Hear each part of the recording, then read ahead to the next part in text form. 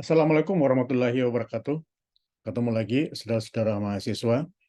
Kali ini kita memasuki perkuliahan yang ke-11 untuk mata kuliah ilmu negara. Nah, saya sangat berharap semoga apa yang kita atau apa yang saya sampaikan di dalam perkuliahan ini, dalam video ini, dapat kita jadikan sebagai materi untuk selanjutnya melakukan diskusi ya pada perkuliahan yang akan kita lakukan pada beberapa hari ke depan. Sambil saya mempersiapkan slide-nya dulu. Ya, adapun judul dari perkuliahan kita pada hari ini adalah supremasi hukum.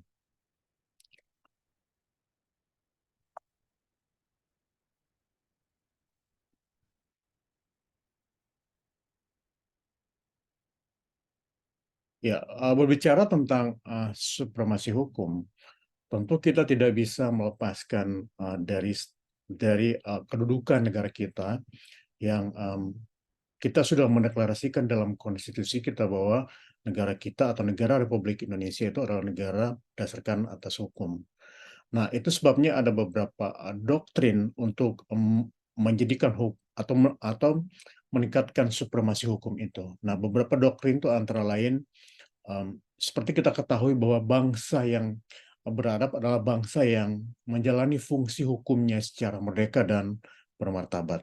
Nah, itu tentu normatif dari semua negara yang mengakui bahwa atau mendeklarasikan diri sebagai suatu negara yang berdasarkan atas hukum. Kemudian yang kedua, merdeka dan bermartabat berarti dalam menegakkan hukum wajib berpihak pada keadilan, yaitu keadilan untuk semua atau justice for all. Jadi di dalam penyelenggaraan negara, dalam berbagai aspek maka keadilan itu selalu menjadi hal yang paling utama, sebab tanpa keadilan itu artinya kita tidak dapat menjalankan pemerintahan itu dengan baik. Nah, selanjutnya apabila penegakan hukum dapat mengaplikasikan nilai keadilan, tentulah penerapan fungsi hukum tersebut dilakukan dengan cara-cara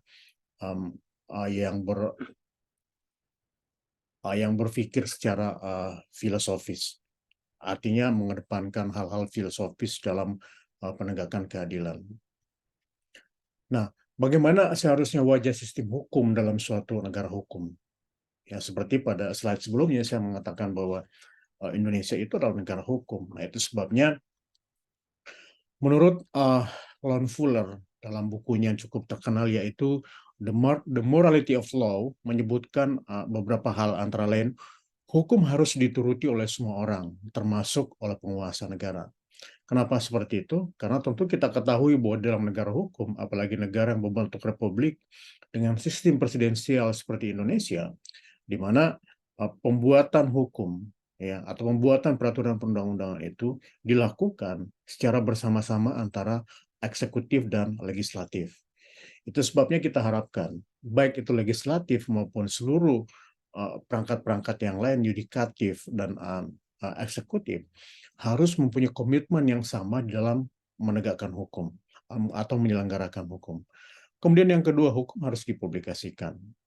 Nah, karena hukum itu harus diketahui semua orang. Sebagaimana saudara-saudara ketahui bahwa di dalam fiksi hukum itu, apabila hukum itu telah diundangkan atau peraturan perundang-undangan itu telah diundangkan, maka secara otomatis telah dianggap bahwa semua warga negara itu mengetahuinya.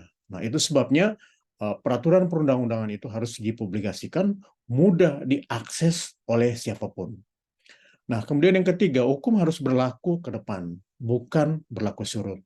Nah, tentu ini adalah merupakan aturan yang diatur dalam undang-undang atau dalam konstitusi kita bahwa hukum itu tidak boleh retroaktif, tidak boleh berlaku surut. Gitu. Jadi hukum itu begitu hukum diputuskan atau begitu peraturan perundang-undangan ditetapkan hari ini, maka peraturan itu harus berlaku mulai hari ini ke depannya.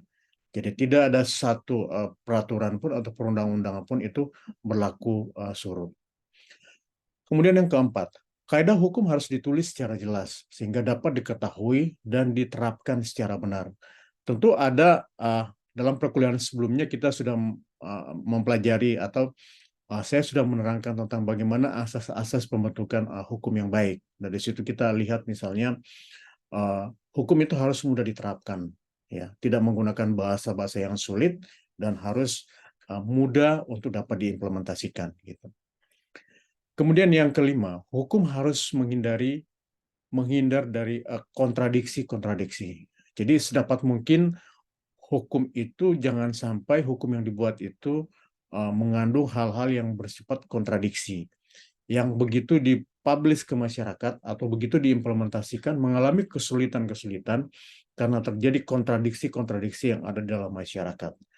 Kemudian berikutnya, hukum jangan mewajibkan sesuatu yang tidak mungkin dipenuhi. Seperti yang saya sudah sampaikan sebelumnya bahwa hukum itu harus mudah dilaksanakan. Itu sebabnya jangan sampai ada norma di dalam peraturan perundang-undangan itu yang tidak bisa atau sangat sulit untuk diimplementasikan. Kemudian hukum harus bersifat konstan sehingga ada kepastian hukum, tetapi harus juga diubah jika situasi politik dan sosial telah berubah. Jadi yang dimaksud dengan konstan itu peraturan perundang-undangan itu jangan mudah untuk kita rubah. Gitu. Ya, meskipun seperti yang saudara-saudara ketahui bahwa perkembangan atau dinamika hukum di dalam masyarakat itu selalu berubah-ubah. Itu sebabnya harus ada fleksibilitas dalam hukum untuk juga diubah seiring dengan berubahnya situasi politik dan sosial atau kondisi sosiologi yang ada dalam masyarakat. Tapi tentu itu ada timingnya, ada waktunya yang tepat untuk mengubah peraturan-peraturan itu. Jadi peraturan perundang-undangan itu tidak boleh kita rubah hanya untuk kepentingan sesaat atau kepentingan-kepentingan tertentu. Kemudian yang terakhir adalah tindakan para aparat pemerintah dan penegak hukum haruslah konsisten dengan hukum yang berlaku. Nah, tentu karena pemerintah yang berkuasa itu mengharapkan supaya semua warga negara itu patuh terhadap hukum, maka tentu yang paling utama yang kita harapkan adalah konsistensi dari para pemerintah itu atau para penegak hukum harus konsisten dalam menegakkan hukum. Nah, di dalam penegakan hukum seringkali juga ada kendala-kendala. Ya, utamanya kendala-kendala juga yang ada di dalam lingkungan birokrasi pemerintahan atau di dalam pemerintahan itu sendiri. Nah, ada yang biasa kita sebut sebagai ego sektoral, di mana kelompok-kelompok tertentu hanya mementingkan kepentingan kelompoknya saja atau hanya mementingkan organisasinya saja. Nah, itu juga kadang-kadang terjadi di dalam hukum. Nah, kita lihat misalnya bila kita kaji secara multidisipliner, maka konsep supremasi hukum yang tercermin di dalam ada gium hukum sebagai panglima menabrak berbagai teori dan ilmu yang lain. Nah, tabrakan pertama adalah akibat adanya ego sektoral masing-masing. Nah, dalam hal ini masing-masing beranggapan dengan berbagai teori pembenarannya, maka mengatakan bahwa bidang mereka lah yang paling penting dibandingkan dengan bidang yang lainnya. Nah, misalnya ada yang mengatakan bahwa sektor hukum yang paling penting. Kemudian orang yang bergerak di bidang politik, mereka mengatakan bahwa, oh, politik yang lebih penting. Yang bergerak di bidang ekonomi mengatakan ekonomi yang lebih penting, karena tanpa ekonomi semua tidak dapat berjalan. Kemudian yang sektor-sektor lain juga akan beranggapan seperti itu. Nah, kalau misalnya hal-hal seperti itu sudah dikedepankan, maka penyelenggaraan atau pelaksanaan daripada hukum itu tidak akan mungkin dilaksanakan dengan sebaik-baiknya akibat adanya ego sektoral tadi. Nah, negara Indonesia yang kita sudah deklarasikan atau kita sudah sepakati sebagai suatu negara hukum, tentu sektor hukum harus menjadi panglima. Ya, hukum harus menjadi panglima karena kita sudah mendeklarasikan bahwa negara Republik Indonesia berdasarkan atas negara Rechtsstaat atau berdasarkan atas hukum. Sehingga di dalam negara yang bersangkutan tidak terjadi pelanggaran hukum, pelanggaran hak asasi manusia, korupsi, dan berbagai penyimpangan-penyimpangan kewenangan yang lainnya. Artinya semua penyelenggara negara dan warga negara harus patuh terhadap hukum yang berlaku di dalam negara tersebut. Nah, kemudian masih tentang ego sektoral. Nah, menurut seorang ahli sosiologi, yaitu Talcott Person, dia mengatakan bahwa um, keadaan paling tarik-menarik dari berbagai sektor tersebut secara sosiologis dengan melakukan pendekatan yang fungsional dan struktural melalui teorinya yang kita sebut dengan teori cybernetik. Ya, ada yang disebut sebagai subsistem ekonomi, ada subsistem politik, ada subsistem sosial, dan yang terakhir adalah subsistem budaya. Nah, teori cybernetik ini yang dikemukakan oleh Talcott tadi, ya, benar jika dilihat dari segi ilmu kemasyarakatan melalui pendekatan struktur dan fungsional. Nah, teori person ini hanya merupakan pendeskripsian dari fakta-fakta yang terjadi. Artinya hanya mengungkapkan apa adanya atau Dasein, ya, dalam ilmu pemahaman sosiologi kita sebut sebagai Dasein, dan bukan pada yang seharusnya, atau Dasolen, bukan pada hukum yang tertulis, ya, atau hukum yang seharusnya, atau disebut sebagai Dasolen, tetapi lebih kepada Dasein. Nah, tetapi pendekatan yang sebenarnya yang harus dilakukan adalah suatu pendekatan dari berbagai segi, dari berbagai sektor ilmu pengetahuan, sehingga dapat menghasilkan output yang valid dan multidimensi. Nah, meskipun di dalam kenyataannya sebenarnya semua sektor tersebut menjadi penting dan harus berfungsi dengan baik karena satu sama lain itu saling berkorelasi positif, yang saling berhubungan, ya, saling dorong-mendorong ke arah tujuan menuju kepada visi bangsa untuk mencapai suatu kesejahteraan, sehingga semua sektor strategianya harus menjadi panglima. Jadi kalau kita lihat misalnya pendapat dari Talcott dengan menggunakan pendekatan teori cybernetik itu lebih mengambil jalan tengahnya, dengan mengatakan bahwa semua sektor-sektor itu adalah merupakan hal yang urgent di dalam uh, uh, penyelenggaraan hukum. Nah, itu sebabnya juga setiap kali kita menyusun peraturan perundang-undangan itu, maka tentu ada berbagai aspek yang harus kita perhatikan. Antara lain misalnya faktor yuridis, ya, kemudian ada faktor filosofis yang harus kita perhatikan, kemudian ada faktor sosiologis yang harus kita perhatikan sebelum, atau harus kita jadikan sebagai suatu acuan sebelum peraturan perundang-undangan itu dibuat. Nah, berangkat dan berdasarkan asumsi di atas, maka dapat diketahui betapa pentingnya supremasi hukum itu. Ya. Dalam hal ini berhubungan dengan masalah pengaturan tentang jalan masuk ke dalam penguasaan dan penataan sumber-sumber daya dalam masyarakat. Gitu. Nah, hukum mengatur jalan masuk yang sedemikian itu. Nah, hal ini tidak lain berarti hukum melakukan pembagian sumber-sumber daya itu. Nah, apabila hukum melakukan pembagian yang demikian itu, maka apakah yang menjadi ukurannya? Nah, itu tentu suatu pertanyaan, gitu ya. Nah, beberapa hal yang dipersoalkan dalam pembagian sedemikian itu adalah misalnya kepada siapakah sumber-sumber daya itu diberikan. Ya. Kemudian seberapa besarkah bagian-bagian yang diberikan kepada masing-masing itu. Kemudian apa syarat-syarat yang harus dipenuhi untuk memperoleh bagian-bagian itu. Tentu untuk bisa memformulasikan ini, itu sebabnya ada peraturan perundang-undangan gitu. Ya, membagi sumber daya yang ada itu harus diatur. Siapa yang berhak memiliki sumber daya itu? Siapa yang berhak mengelola sumber daya itu?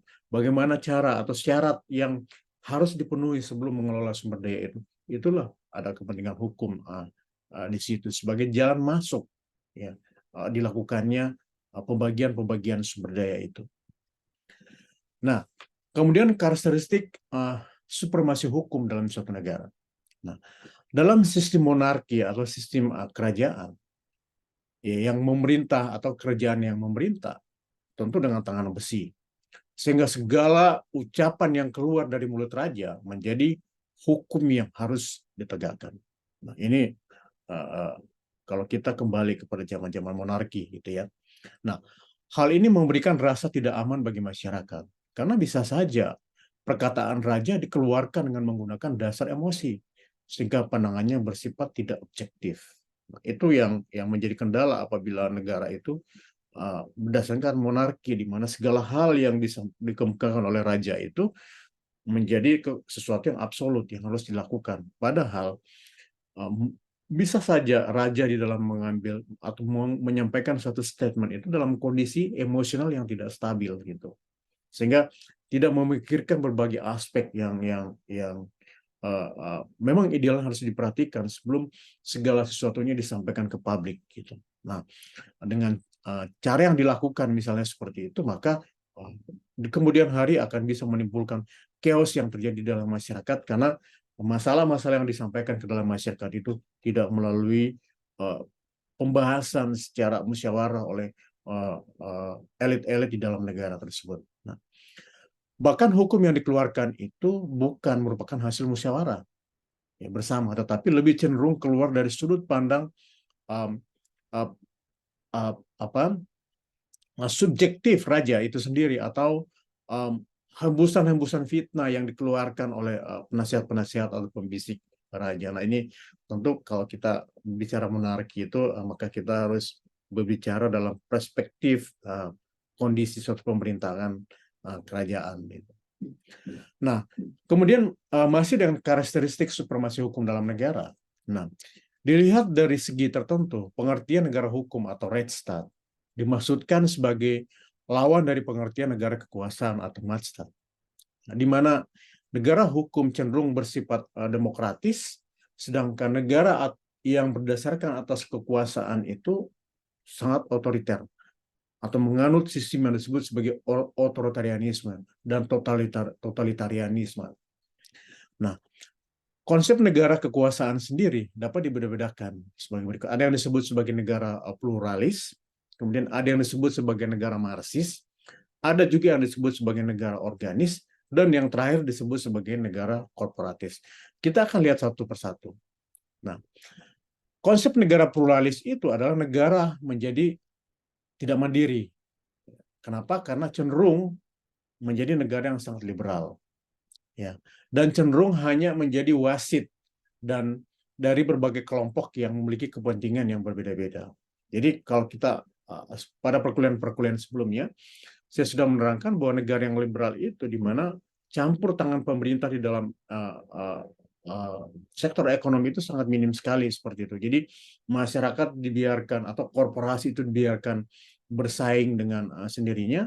Tentu korporasi yang kuat akan bertahan lama dan korporasi yang kecil itu semakin lama akan semakin hilang gitu. Sehingga dengan cara seperti itu menyebabkan disparitas dalam satu negara atau dalam suatu kelompok itu menjadi sangat tinggi. Yang kaya makin kaya dan yang miskin akan semakin miskin. Nah, bagaimana dengan konsep negara marsis? Negara menjadi sangat tidak mandiri, juga lebih sangat tidak demokratis. Segala kebijaksanaan yang dibuat dan diambil tidak oleh rakyat, melainkan oleh kelas yang berkuasa dengan terlebih dahulu memperhatikan kepentingan-kepentingan mereka sendiri. Nah, ini yang terjadi dalam pemerintahan-pemerintahan yang menggunakan konsep marxisme. Nah, bagaimana dengan konsep negara organis? Negara organis itu, negara organis tersebut lebih mandiri, tetapi cenderung otoriter dengan mengatasnamakan kepentingan rakyat. Meskipun kadang-kadang misalnya apa yang disampaikan itu sebenarnya bukan kepentingan rakyat, tetapi itu hanya anasir-anasir yang mereka buat sendiri seolah-olah menyampaikan mewakili rakyat. Nah, itu juga banyak terjadi yang dikemukakan oleh para politician kita misalnya, ya. Si anggota-anggota DPR seringkali mengatakan bahwa kan keinginan rakyat seperti ini, kan ini adalah merupakan keinginan rakyat. Nah, bahkan dari kelompok-kelompok yang kritis mengatakan, seringkali mengatakan kelompok yang mana, masyarakat yang mana yang aspirasinya Anda sampaikan atau tidak. Nah, itu yang terjadi kalau negara itu menganut konsep negara organis. Nah, konsep negara korporatis, ya, negara bersifat mandiri, ya, terdapat unsur demokratis dalam arti ya yang terbatas dan bersifat perintah dan dalam artian top down dari atas ke bawah. Ya. Nah, tentu kita tidak dapat menerangkan di sini mana yang paling baik sistem pemerintahan itu, karena masing-masing mempunyai kekurangan. Tetapi setidak-tidaknya yang lebih cocok untuk kondisi kita di Indonesia itu pada dua yang terakhir, gitu ya. Konsep negara organis dan konsep negara kooperatif yang kita combine, ya. Kita combine, ya. Meskipun hasilnya belum tentu memuaskan, tapi setidak-tidaknya itu akan lebih baik dibandingkan dengan dua yang di atas tadi. Nah, kita kembali lagi terhadap pendapat Aristoteles. Aristoteles membedakan hukum alam dan hukum positif. Maka Thomas Aquinas mengadakan perbedaan hukum dalam 4 golongan. Nah, ini pengulangan dari perkuliahan-perkuliahan sebelumnya. Penggolongan golongan hukum menurut Thomas Aquinas. Yang pertama adalah hukum abadi atau lex aeterna. Ini adalah hukum dan keseluruhannya yang berakar dalam jiwa ketuhanan. Ya. Kemudian hukum alam. Manusia adalah sebagai makhluk yang berpikir, maka ia merupakan bagian daripadanya. Hal ini adalah merupakan hukum alam. Kemudian yang ketiga tentang hukum positif. Nah, hukum positif itu adalah pelaksanaan dari hukum alam oleh manusia disesuaikan dengan syarat-syarat khusus yang diperlukan untuk mengatur soal-soal keduniawian dalam suatu negara. Jadi yang kita sebut sebagai hukum positif itu adalah hukum yang berlaku dalam suatu negara dalam wilayah-wilayah tertentu. Kemudian hukum ketuhanan itu adalah hukum yang mengisi kekurangan-kekurangan dari para pemikiran manusia yang memimpin dan pemimpin-pemimpin manusia dengan wahyunya ke arah kesucian untuk hidup di alam baka, dan ini dengan cara yang tidak mungkin salah. Wahyu-wahyu itulah yang akhirnya terhimpun di dalam kitab-kitab suci. Jadi hukum ketuhanan itu adalah hukum yang menggunakan pendekatan ilahiyah, ya, pendekatan vertikal, lebih mengedepankan peraturan-peraturan atau norma-norma yang ada di dalam kitab-kitab suci.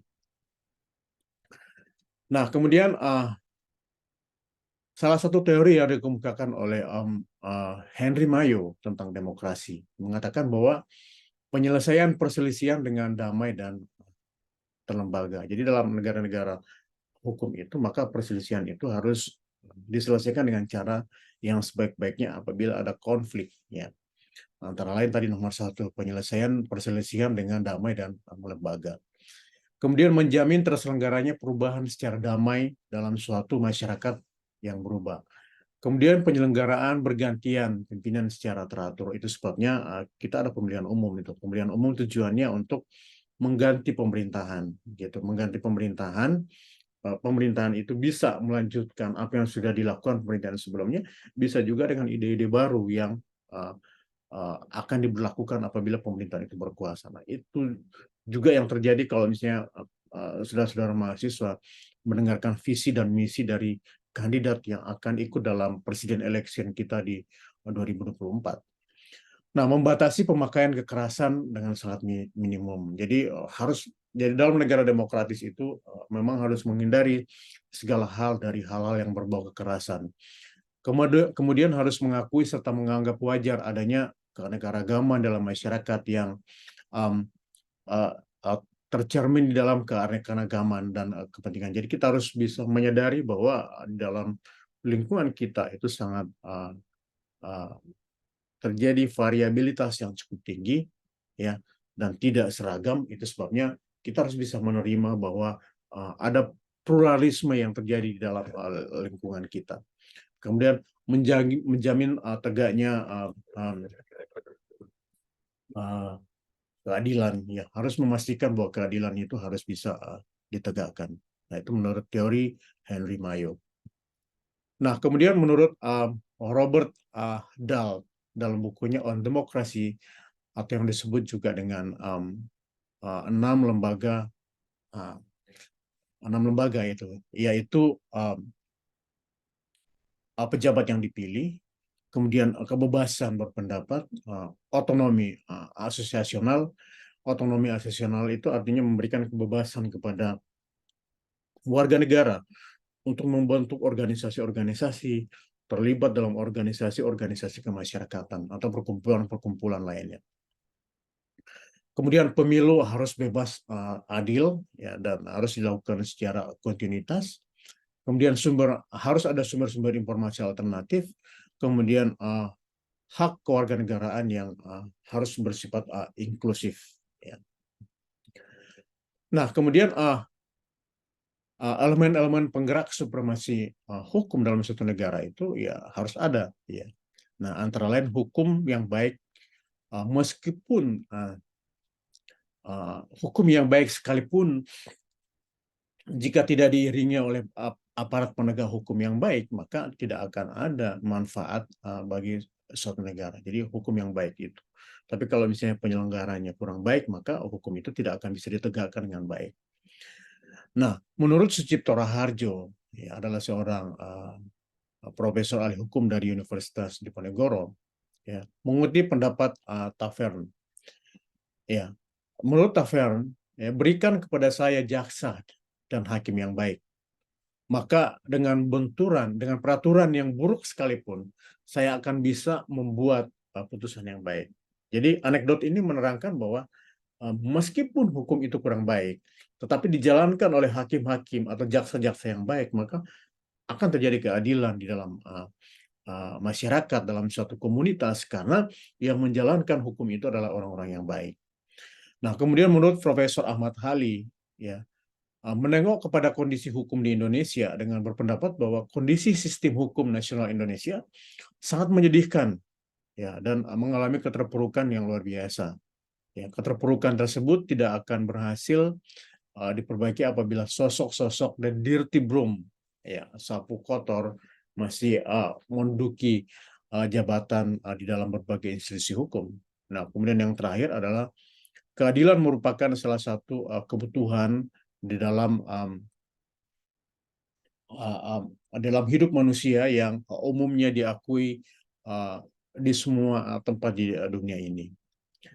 Nah, kemudian masih elemen-elemen penggerak supremasi hukum itu, tentu seperti kita ketahui bahwa dalam sistem trias politika itu ada legislatif, yudikatif, dan legislatif. Nah, kalau misalnya ketiga komponen ini bersinergi, melakukan tugas, menjalankan fungsinya dengan sebaik-baiknya, maka kita bisa memastikan bahwa supremasi hukum itu bisa ditegakkan dengan sebaik-baiknya. Dengan catatan bahwa legislatif melaksanakan fungsinya dengan sebaik-baiknya, kemudian yudikatif juga melaksanakan fungsinya dengan sebaik-baiknya, begitu juga eksekutif harus mampu mengimplementasikan peraturan perundang-undangan itu dengan sebaik-baiknya pula. Gitu. Nah, dengan cara seperti itu, maka atau dengan implementasi daripada apa yang disampaikan oleh apa yang dilakukan oleh ketiga elemen ini, maka nanti akan terjadi penegakan hukum, atau dengan kata lain supremasi hukum itu akan kembali ditegakkan. Nah, ya, demikian yang saya bisa sampaikan. Ya, nah, saya harapkan supaya saudara-saudara mahasiswa boleh membaca buku-buku yang relevan tentang supremasi hukum, bisa dari sumber-sumber yang ada dalam website, di dalam berbagai literatur, seperti itu juga berbagai buku-buku cetak yang bisa di-download secara free di berbagai sumber seperti itu, atau dari materi-materi perkuliahan yang saya sudah berikan. Demikian yang saya dapat sampaikan, dan sampai ketemu di dalam kelas yang akan kita lakukan pada beberapa hari ke depan. Demikian, Assalamualaikum warahmatullahi wabarakatuh.